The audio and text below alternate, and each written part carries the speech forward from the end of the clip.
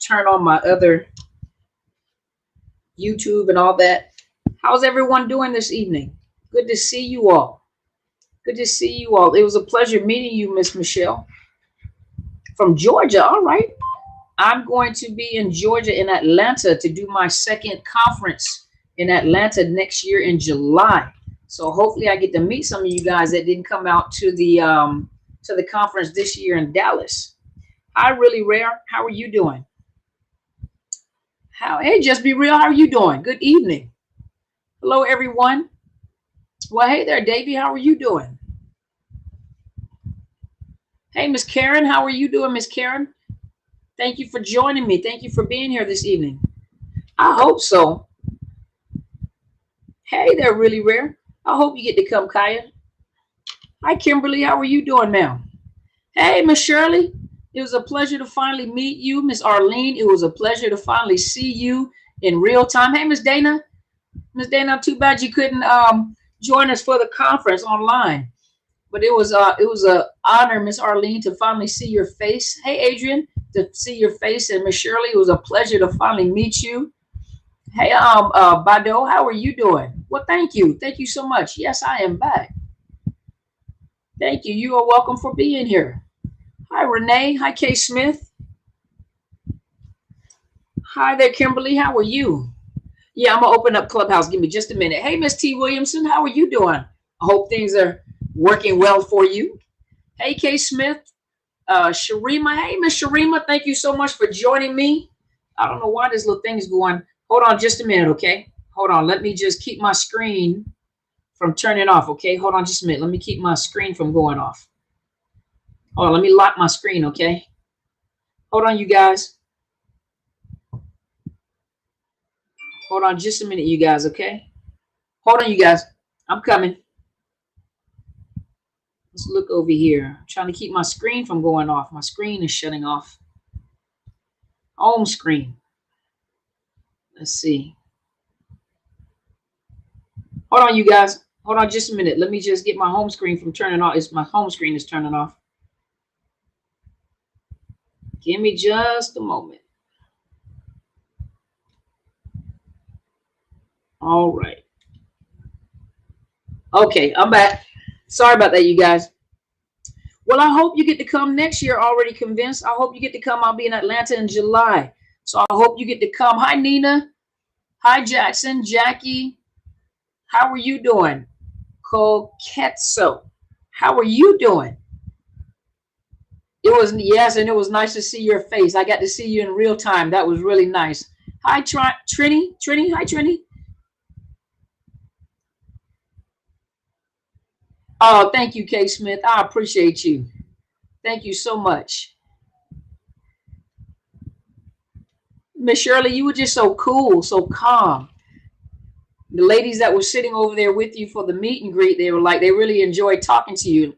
Especially Mr. Jeremy. He said he really liked listening to you. They really enjoyed talking to you. So now you are officially cool. Hey, April, how are you? Everett, my cousin is on here. Hey, Skanks, how you doing? I heard you're in Georgia. You moved to Georgia. My conference is in Georgia next year. I did it in Dallas this year, so I didn't get a chance to see you. You didn't get a chance to meet your new cousin. But I was in Dallas for a week, hanging out with Mercedes and my grandbaby after the conference. But I'll be in Atlanta next year. My conference is in July, so I'll be in Atlanta next year. I would love to see you and your beautiful wife. So that's my cousin, you guys. His name is Everett Skanes. That's my cousin, you guys. Hey there, M. Ortiz. Long time no see. How are you doing? Hi, Danielle. Danielle, I opened up your gift and it was beautiful. And let me tell you, I was just talking to Apostle prior to that. And I was thinking to myself, I said, I really wanted I know, Everett. I know. Well, I'm coming to Atlanta next year for my conference. So I'm having a conference next year. So I'll be looking for you. But Danielle, I was thinking the gift that you gave me, I was thinking to myself, I said, I really would like something to commemorate my first annual conference. And it's amazing because when I opened it up, I was like, dang, Danielle, right on time, because that gift was perfect. And I would bring it in here, but it's in the other room. but she got me a plaque in the, not a plaque, but like a plaque, a glass plaque, a beautiful glass plaque that commemorated my first annual conference. And so I am so honored. Thank you so much, Miss Kelly. Bless me. All of you that got me gifts, thank you so much. Thank you so much. Thank you, Kim. I appreciate you. Thank you. I really thank you for all the gifts. I got jewelry. I love jewelry. So Miss Vaughn gave me a beautiful jacket. You know, she has her own program. Let me start. I'm gonna start the room, okay? I'm gonna start the room, okay? So those of you that want to join me on Clubhouse, you can join me on Clubhouse. But I'm on Clubhouse now, so if you guys want to join me on Clubhouse, let me just make sure. Hey, Miss Kim, let me just make sure my because sometimes I don't have my Wi-Fi on. Okay, my Wi-Fi is on. Hold on, you guys on Instagram. Let me make sure my Wi-Fi is on, because sometimes I turn my Wi-Fi off and I don't mean to. So let's see. My Wi-Fi is off. All right. Okay, I'm back. But there we go. So I had to turn on my Wi-Fi. So thank you guys so much for joining me on Clubhouse. My name is Dr. Carmen Bryant.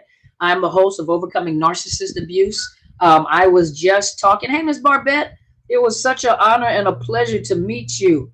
And Barbette is just as tiny as Telsha. The T with NPD and relationship, she just as little as I think she's smaller than Telsha though, and she a little old bitty somebody, little firecracker too. I had the opportunity to meet Miss Michelle Chapman, Miss Chat. It was an honor and a pleasure. Thank you so much. Thank you so much, Danielle. I am so honored. Those of you, Miss Vaughn Griggs, if you guys don't know her, she also has a program, especially for women who were in the military that went through military sexual trauma. She got me a beautiful jacket with bling in the back of it, and it says her war too. And then she got me a beautiful camouflage cap and earrings and a necklace. And then Miss Kelly got me some beautiful. I love jewelry, so they got me beautiful jewelry. Thank you guys to some of you guys gave me thank you letters, thank you notes. Those of you, I personally read them, and I truly appreciate you guys. Thank you so much. And for those of you that were able to come, hey, Christine, those of you that were able to come, I am so honored. Thank you so much for making this such a successful conference. It was awesome. Ms. Sharima, thank you so much for being there. It was good to see you again. Thank you guys thank you so much, Miss Christine. I haven't been on Spotify in a while, and I apologize. I haven't been recording. Usually I record at the same time that I'm speaking. I just haven't had the opportunities. I have so many devices on. But those of you that made this happen for me, I am so honored. Thank you so much. All the people that showed up on Zoom, it was successful. Everybody got to see you guys. Those of you that came out in person, those of you that were there for the meet and greet, those of you that I had an opportunity to give a hug to and take pictures with you and sign your books, I am so honored. It was so exciting for me.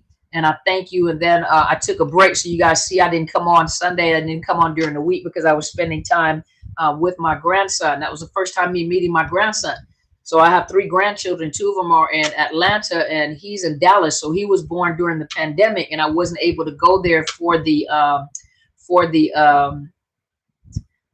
I didn't see it. I'm sorry, Christine, I didn't see it. Because remember, I was turned the opposite way. And every time I turned around, Mr. Jeremy kept telling me to turn around and look at the camera. So I didn't see I couldn't see. I kept turning around to look.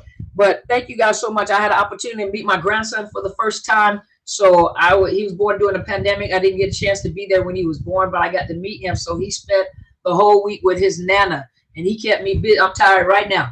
He got a lot of energy. Such a good little boy. He's a really good little boy and just a handsome little thing. Just a handsome. He's just as funny as his grandma. Look just like me, don't he? But thank you guys so much for making this happen. I will be in Atlanta. Okay. So what I was doing was remember when she was talking, she was just on the screen. So I couldn't see any of you guys.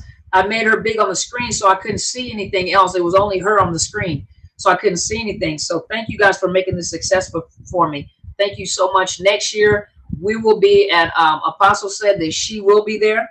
She will be in Atlanta. Mr. Marcus Monroe is going to be in Atlanta. Kathy Gibson said she's going to be in Atlanta. Telsha said she's coming. Mr. and Mrs. Jones, my 2 assistants, and Kelly said that they were coming to Atlanta next year. You guys get to meet Tasha. Tasha is going to be coming to Atlanta. So it's going to be a lot of people that are going to be traveling.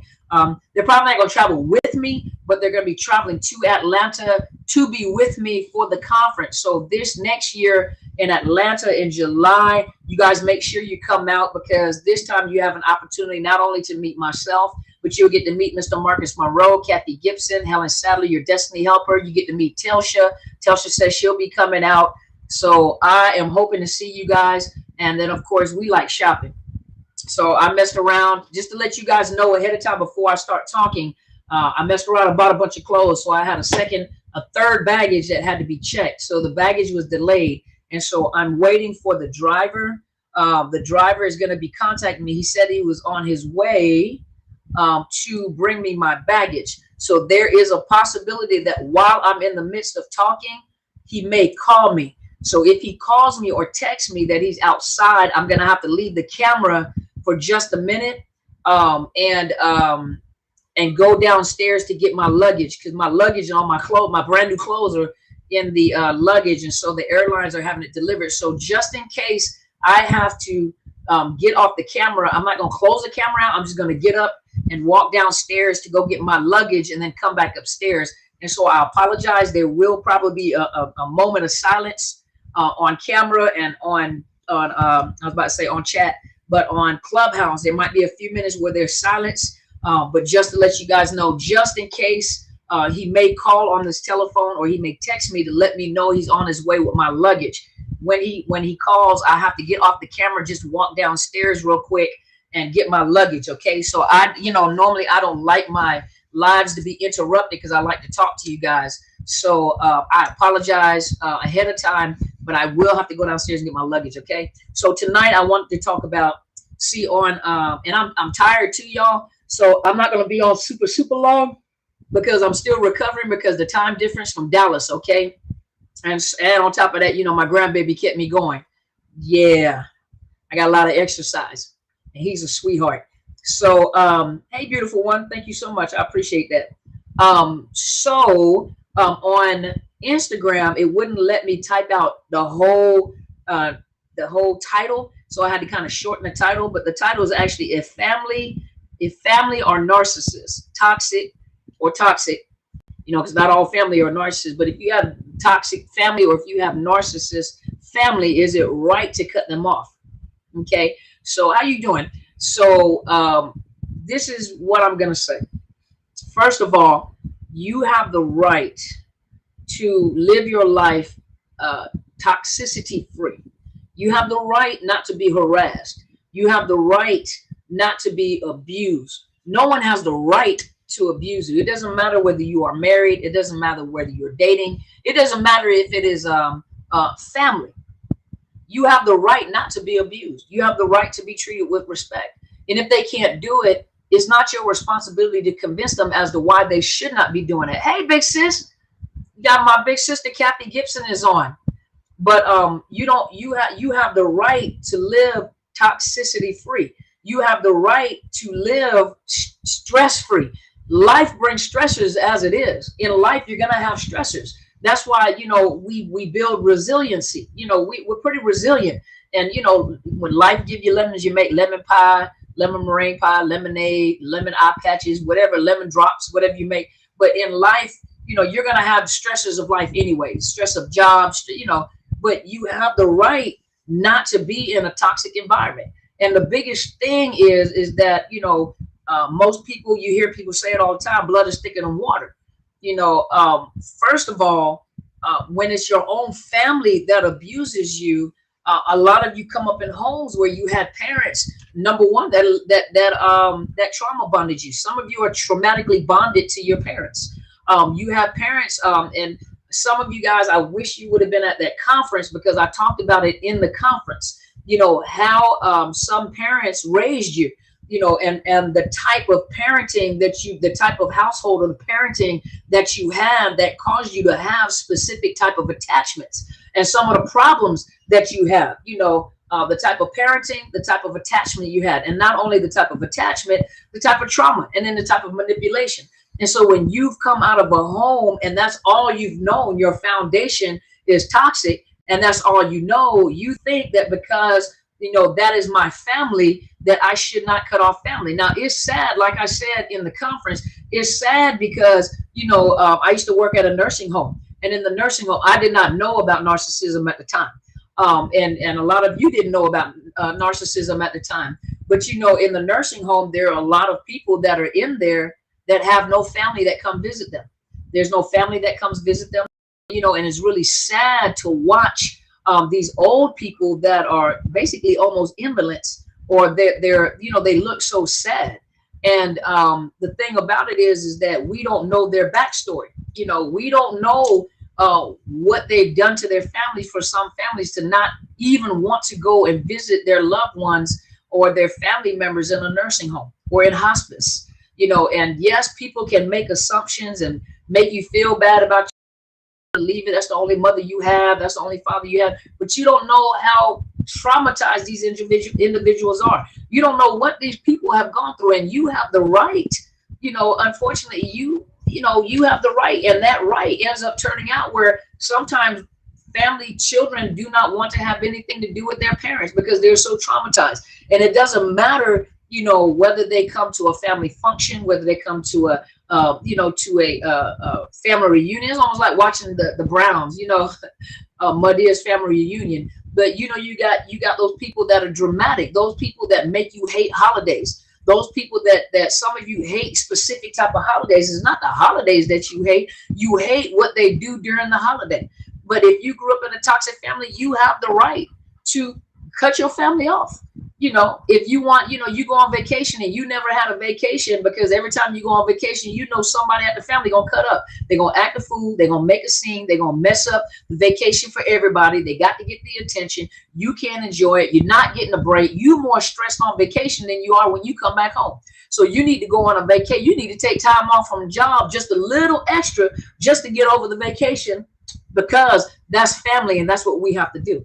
Now, I'm not saying you have to be disrespectful. Two wrongs don't make a right. You know what I mean? Hey there, Narcissistic Domestic Violence Healing and Support Inc. How are you doing, Miss Lady?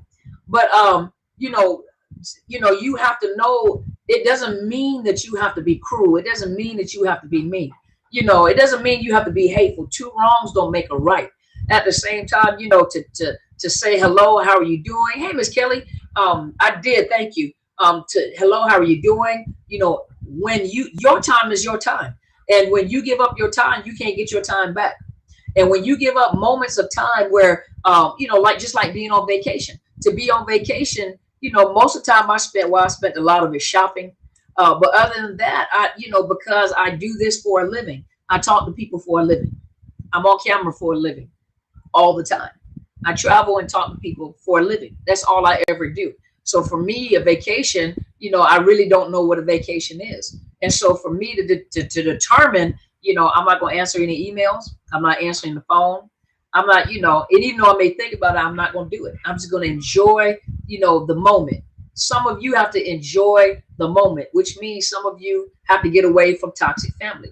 That toxic family that make you feel bad about yourself. You feel bad about being in your own skin. Nothing you can do is right. You don't even look right. You don't talk right. You don't breathe right. You don't chew right. There's nothing that you do that's right. But you have the right. You have the right to live stress-free. I mean, like I said, life gives you stress all the time. You have to manage that.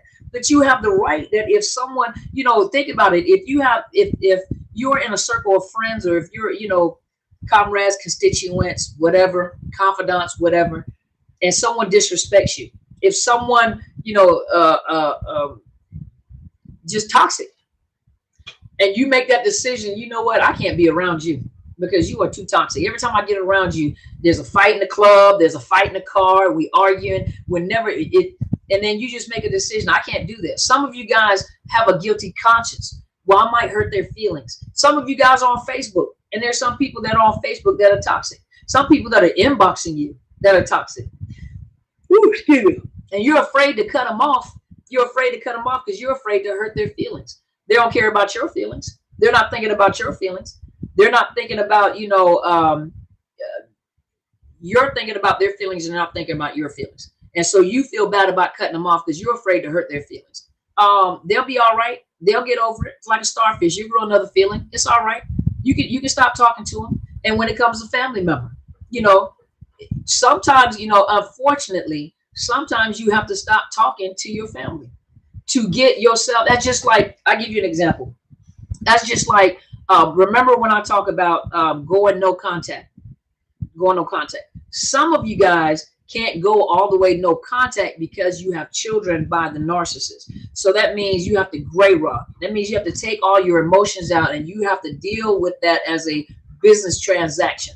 That doesn't mean that you and the baby's father or the baby mother have to be friends. You do not have to be friends with this individual. And a lot of them use the children to try to get back in your good graces or in your circle. But for some of you guys, you can't go 100% no contact. And so what you have to do is you have to, with those, you have to kind of gray run. You have to parallel parent with them. But those of you that can go no contact, when you do no contact, it clears up your mind. When you go no contact, it starts clearing up that fog in your mind. And I've talked about this on another video. I think I talked about it in the conference, but it gives you a moment to clear your mind. And remember, I talked about, you go look for the video about the brain fog where I was talking about the amygdala, and I was talking about the I can't think of it right away because I'm sleepy. But the amygdala and the somebody help me out. It was two things that I talked about in the brain. But when you talk about brain fog and memory problems, it comes from having those two areas in your brain affected. And so when you go no contact and you keep your distance, it gives your time, your mind, the brain, the opportunity to regenerate, to especially sleep. Some of you guys need sleep. Sleep helps to regenerate. Sleep actually helps you with the weight loss process. But yeah, the hippocampus, thank you. It's the amygdala and the hippocampus. And if you go watch my video where I talked about it, one shrinks and one expands. One expands. Now, when you go, thank you. Yeah, I'm referring to the hippocampus. Thank you so much. But when you're talking about, hey, Ho, hey, beautiful, how are you doing? That's my sis right there. How are you doing, beautiful? I hope you can join me next year in Atlanta.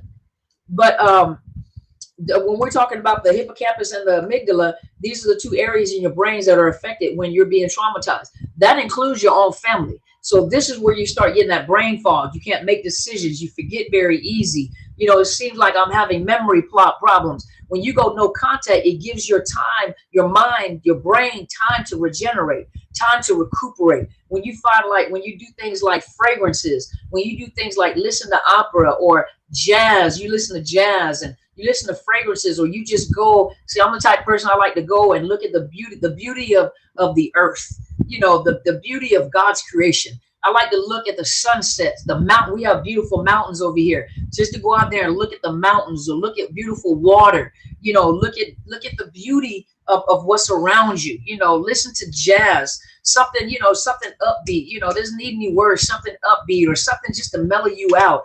Get some sleep. That right there begins to clear that brain fog and starts helping you. That's the exact same thing you have to do when it comes to toxic family, when it comes to narcissistic family. Sometimes you need a break from your own family to get your mind back on track, to get yourself out of that toxic environment.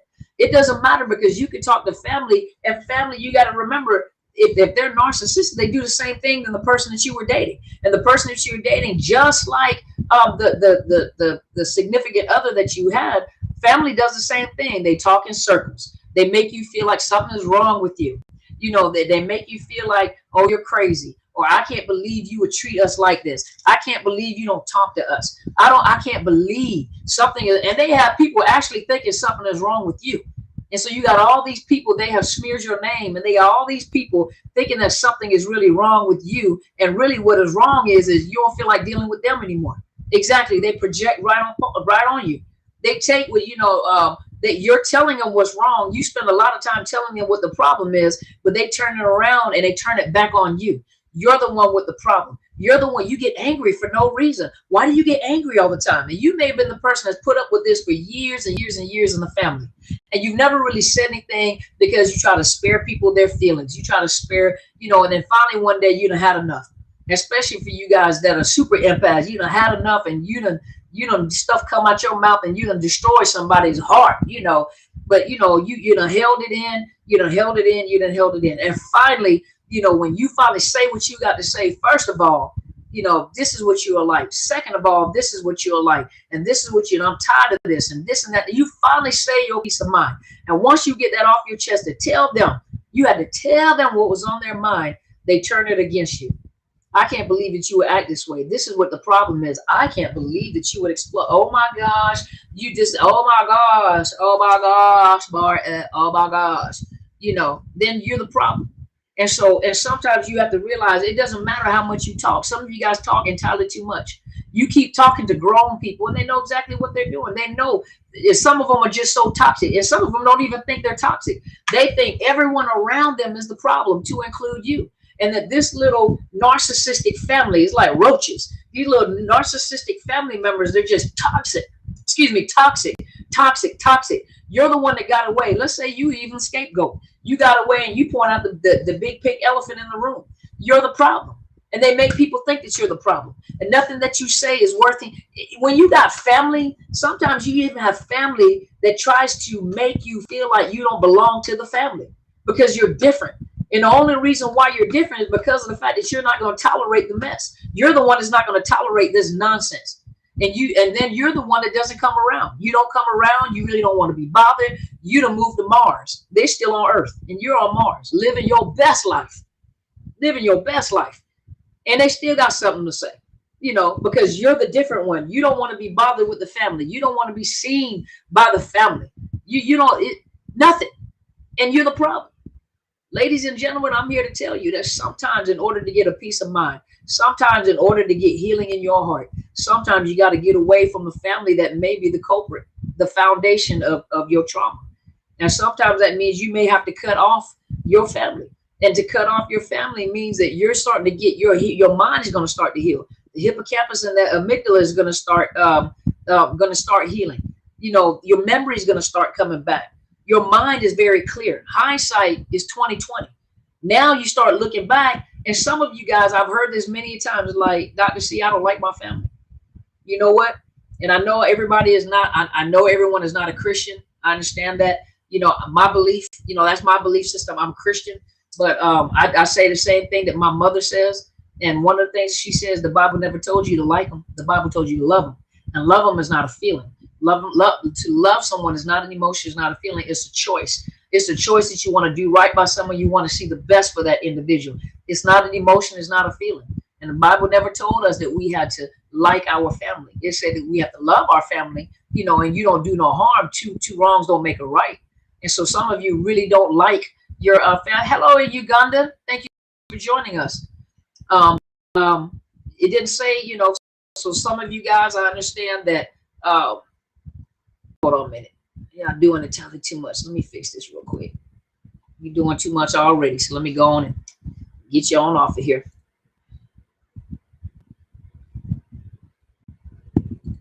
There we go. See, when you talk too much, you get blocked. There we go. Thank you for being here. Welcome from Uganda. Thank you so much for joining. But, you know, like I said, I know that everybody is not a Christian. I understand and I respect that. I'm just telling you from my point, you know, from my point of view, my belief system, Bible never told us that we had to like anybody. It said we had to love. And remember, if you go look at the Greek, they have different words for the term love. You know, we just say love and we use that. We throw love out there. Girl, I love you. I love you. Baby, I love you. I love you, boo. And the Greeks broke it down with you know, the phileo, the brotherly love, family love, erotic love, that sexual, that lust love, you know, that general love, you know, the daughter or the family, the children love, that husband wife love. You know, when you say love, what are you talking about? You know, when you say I love you, what are you saying? Because love is not a feeling, love is not emotion. So when it comes to your family members, you love your family and you want the best for them. And you can even feel, you know, you can feel sorry for them, like, dang, you know. And sometimes when you come out of a family like that and you look back at that family, you know, in your mind, you're thinking like, I don't like my family. I remember on the Braxton Family Values, I don't know if you guys watched that. I remember Tony Braxton was talking to the counselor. I think it was the counselor or Miss Ayelana. And she said, I just don't like my family. She said, I just don't like them sometimes. And that's all right. There's nothing wrong with you not liking your family sometimes, especially if you come from a toxic family or if you come from a narcissistic family that has traumatized you. So if they have traumatized you, if they have traumatized you, you have the right to cut them off if you need to. That's just like being underwater and you never come up to take a breath. You're gonna die. You're gonna suffocate. Well, it's the same thing with your family. You're gonna suffocate. Now, there's another situation, and I've seen this in counseling a lot, especially those that come from countries outside of America. In certain countries, especially I talked to a lot of ladies that are from Asia, a lot of people in the African communities. When it comes to family, you take care of family. You take care of your elders. You take, it's a tribal thing, a tribal, or it's also a not a tradition, but it's a family thing to take care of family. You take care of family. That's what you do. And it doesn't matter whether they're wrong or right. It is your response. And then, like in Asia, the oldest is usually responsible for the elder parents because the parents have sacrificed for them. So it is the children's responsibility, especially for the eldest, to take care of the parents. And then some of them come to the United States and become Americanized. And so when they become Americanized, they begin to question, because sometimes, and in some situations that I have discovered, the parents are narcissistic. Not narcissistic just in traits, but they haven't. I'm not going to say they have, because remember, I don't diagnose anyone that is not on my caseload, but they have very strong narcissistic traits. And it leads me to believe that that parent is a narcissist or has NPD. And, the problem that they run into now is that they're Americanized and they're struggling with the traditions of their country, because one of the things that the family uses is shame. And so in certain countries, especially in Asia, they will shame you. It is very shameful for the child not to take care of the parent. But when the parent has like very unreasonable demands, you can't support yourself, or you can't, there's nothing you can do for yourself, and you have broken away from a lot of those traditions. You may not even be first generational wherever you come from, and you've been raised in America, and your parents are still, requiring that tradition of your country, or your ethnicity, where you're coming from. And a lot of Americanized, clients, start to question that, and they feel the struggle that they have is the strong family bonds or family requirement. What is required in that family? The society within that demands of them. They have a hard time when I see, as an American counselor, I can see abuse, but in that culture, it is very normal.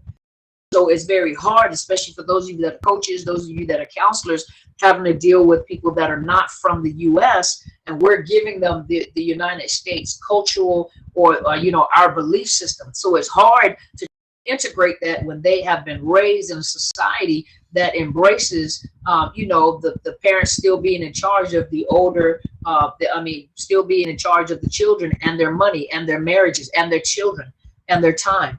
Yeah, shame is big in family, especially narcissistic family. Absolutely. Yeah. And some of you have grown up. Hey, Ms. Rigga, hope all is well. Some of you have grown up in families where, say, for example, your mother will use shame, or will use, I can't believe you treat me this way. I'm the only mother that you'll ever have. How can you, or the fathers, how can you treat me this way? How can you not talk to me? And then they'll talk to everyone and tell them what a horrible child you are, how disrespectful. I can't believe you're like this. You think that you're better than us because, or you done did something for yourself. You done broke out of the crab pot and you've done something for yourself. And now it's a matter of, what is the word when you're separated, when you are not abandoned, when you're separated from your family, or like in a marriage where you're not together, you're kind of not abandoned, but it's kind of torn apart or something like that. But those parents will play it up. You have finally gotten away and you've become successful, and in whatever it is you're doing, and then all of a sudden, not orphan, there's another term for it. It's not rejected or abandoned. Estranged. Thank you. Yeah, estranged. So sometimes the parents will, it's estranged. But what happens is you become, they'll tell everyone that now that you have become successful, thank you so much, that you have become successful, You know, you have gotten away from that family cycle. You can almost look at the narcissistic family. You can almost see them. Some of them are successful, some of them not, but you can, it's almost like this cluster thing. And then finally you get away, and then they tell people that we are now estranged from from you. Because now that you're doing better, you've forgotten where you come from. Now that you have done something for yourself, or people know you, or you're happy and you've got this job and you got a nice house, a car, whatever, you can have a 1-bedroom apartment with a stove in your bedroom, and you're doing better than them. And now all of a sudden they're telling people that, you know, that we are estranged. You can read it in the news. I read it in the news a lot of time, where I think like one of them was Madonna, and then there was some other people where, like, you know, now that they have become, it was Madonna. It was some of the artists, and it was talking about how they have done well for themselves, and now they are estranged. Or like Prince, they are estranged from their family. But the thing about it is you can say that they're estranged from the family, but you don't know what they went through with the family. You don't know, you know, and so be very careful, you know, when you hear people talking about their kids. Yeah, she or he has done this, and now they connected with so-and-so, they don't have anything to do with me, and you know, we're estranged, and they act like they don't know, they don't want to talk to us. But sometimes you need to ask yourself, now that you have more knowledge, you have to ask yourself, well, what was it that caused it? Don't ask them, but you know, you have to wonder, like, if they're estranged, I wonder what happened within the family that caused the estrangement. You know, something happened. Something obviously now, and now you guys are learning more, you know, now you are learning more. So now you realize that everybody that's estranged may not be estranged just because they want to be estranged. Some of them are trying to get away from their family. So the question is it right? Of course it is. You have the right to live stress-free. You have the right to live drama-free. You have the right to put up boundaries and tell people not to cross your boundaries, to include your family. And family, a lot of times, because family are so common with you, family knows you, and they, you know, they cross boundaries just because they can, because they're family. But you put up boundaries, that's to include your own family. And that means sometimes you have to put up boundaries, and you know what? I don't have time for this. I can't do this. You're more stressed over your family. You worry more about your family than anything else. Like I said, it doesn't mean, you know, it doesn't mean that you're cruel to them. It doesn't mean that, you know, you have to be hateful, and two wrongs don't make a right. You have to be the bigger person. And I was reading somewhere, like, someone said that my therapist said, you know, if every time you're always having to be the bigger person, maybe the people around you are too small. Maybe it's time for you to cut them off, to include your own family. Like I said, it doesn't mean that you have to be cruel. You don't have to be nasty. You don't have to, you know, you don't have to be, you just cut them off. You know, are you coming to the family reunion? No, I won't be there. Well, I don't understand. Now they're going to make you feel bad, that guilt trip. Well, I don't understand. You know, so-and-so's getting older, and mom, dad getting older. And yeah, you know what? But y'all full of drama. It don't take but a few hours before y'all start cutting up. And I just don't have time for that. I am going on vacation to enjoy myself. I am not coming over there for you guys to harass me. And I'm living, you on vacation, and you more stressed. You popping Valium and Xanax, you know, and you supposed to be on vacation. And you stressed. So yes, you have the right. You have the right to cut people out of your life. You do. You have the right to cut people out of your life. Doesn't mean that you have to be hateful. Doesn't mean you have to be cruel. And yes, you have the right to dislike your own family. Believe it or not. And like I said, I know a lot of you guys are not into the Bible. I understand that many of you are not Christian. I am a Christian, but I go by the Bible and the principles of the Bible. And the Bible never said that we had to like anybody. It said we had to love them, but it didn't say we had to like them. And there are a lot of people that you may not like, to include your own family. And that's okay, because you may not like, and it's not that you don't like them as an individual. You kind of hate that behavior. You hate the behavior. You hate what they're doing to you. You know, so it's that behavior. You know, just like a child cannot be bad. Their behavior, you know, and when you talk to them, it's their behavior. It's the behavior. So I'm going to open it up for questions. Give me about 5 minutes to do questions, and then I'm going to switch over to Clubhouse. Well, give me about 10 minutes to do questions, and then I'm going to switch over to Clubhouse, because I have to get off the camera so I can go downstairs and get closer to the door, so that I can, when they deliver my, when they deliver my suitcase, I can be downstairs. So if you guys have any questions, please ask me some questions, and I will answer some questions. Moderators, give me 10 minutes. Give me 10 minutes, okay? So if you guys got any questions, let's see.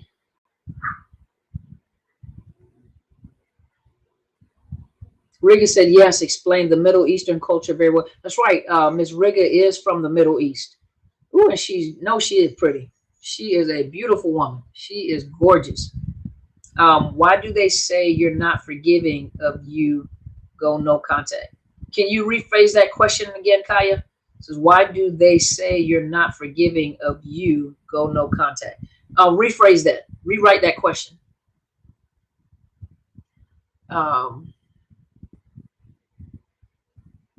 Good job, volume. Or ball.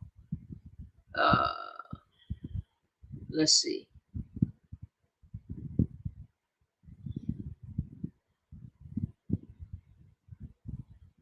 Absolutely, Renee. Well, Miss Amy, I'm sleepy. And she said, don't leave. I'm sleepy. Oh, you're welcome, Miss Riga. You are gorgeous. You're beautiful. I knew you were Middle Eastern when I first saw you on camera. I just didn't know where until you told me. But she is absolutely beautiful. Beautiful. But even the Kardashians, the whole family is just gorgeous. You know, beautiful.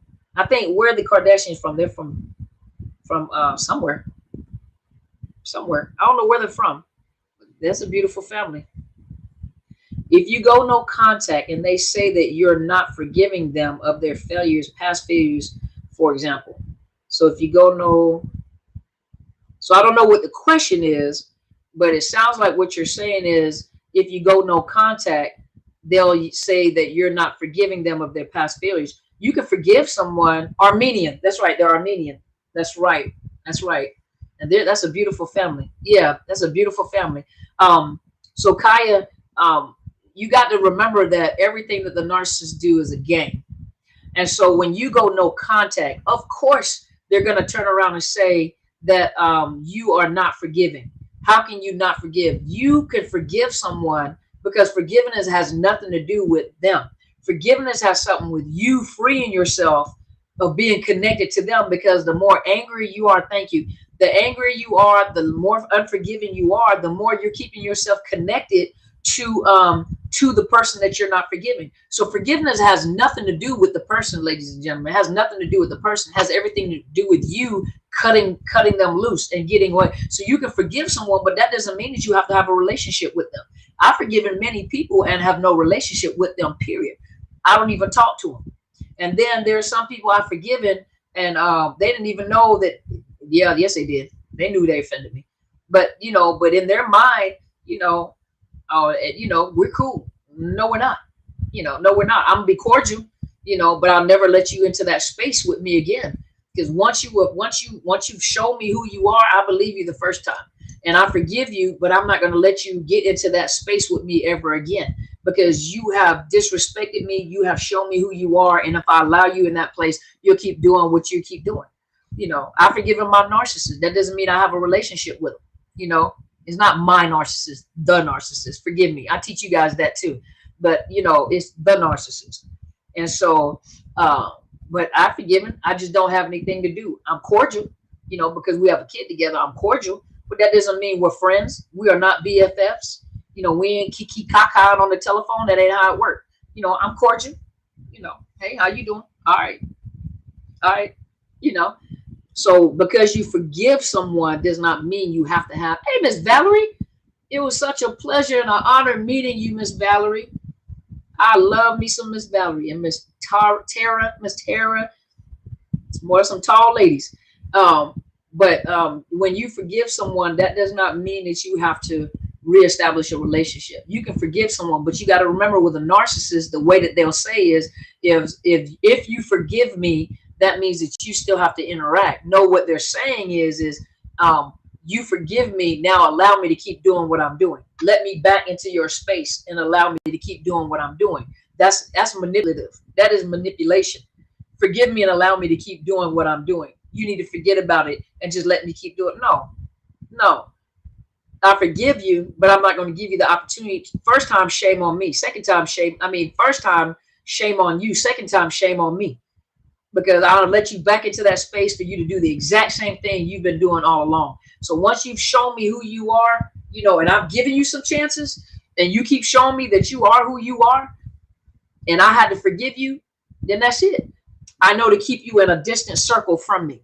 And that's to protect yourself. You got to protect yourself. Protect yourself.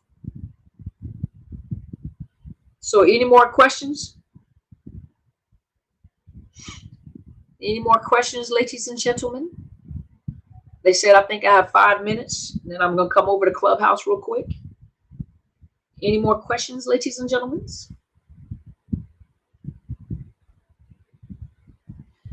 Said, how do you deal with the narcissist you have gone no contact with, but they continue to call you and then tell other family members that you won't deal with them? And so now what you have to do, Renee, is you have to get over your feelings, because you probably have guilty conscience. You feel guilty. That's what they're doing. Okay. So you've gone no contact, and now they're telling other family members that you don't want to deal with them. Okay. And hold on. And hey there, Dr. Kanitra. How are you doing, ma'am? Good to see you. But and I mean, I don't even know how to answer that question, because they're going to try to make you feel guilty. And so, now what you have to work on is you have to work on your guilty conscience. You got guilty feelings because you feel bad that they're smearing your name. But what they're not going to tell is what they did to get you not to go no contact. So you go no contact, and they can tell whatever they want. 3 minutes, okay. But you can go no contact with them, and okay, that's not your problem. Like my daughter said, you worried about the wrong thing. Girl, that's not your problem. Oh, well, you should not have put me in a position where I had to go no contact with you. So be it. But of course, you're going to have family member asking you, like, why won't you talk to them? Okay, they know why. I don't have to explain it to you. Oh, thank you, Miss Valerie. Oh, Veronica, I'm sorry. Thank you, Miss Veronica. Why does he send old pictures and say that's when you tricked me? That's when you ruined me? Because he's trying to pull you in. He's playing with your emotions. He's trying to, what he's doing is trying to stimulate old feelings and old emotions by showing you old pictures. And so he's trying to play a guilt trip on you to make you say, you know what, maybe you're right. You know what, maybe you're right. He's messing with your emotions. He's getting under your skin. Yeah, he's getting under your skin. Let's see. So any more questions? I'm on Clubhouse now. So I got a few minutes. So if you guys got any question, ask me another question, and I'm going to switch over here to Clubhouse. Oh, yeah, they keep old pictures in the phone a lot of times to send it to you, because they're stimulating your memories, and your memories have emotions attached to it. Sad, happy, sexual emotion, depending on what picture they're showing you, is going to take you back to the past to stimulate those emotions of that time. They know exactly what they're doing. They're not dumb.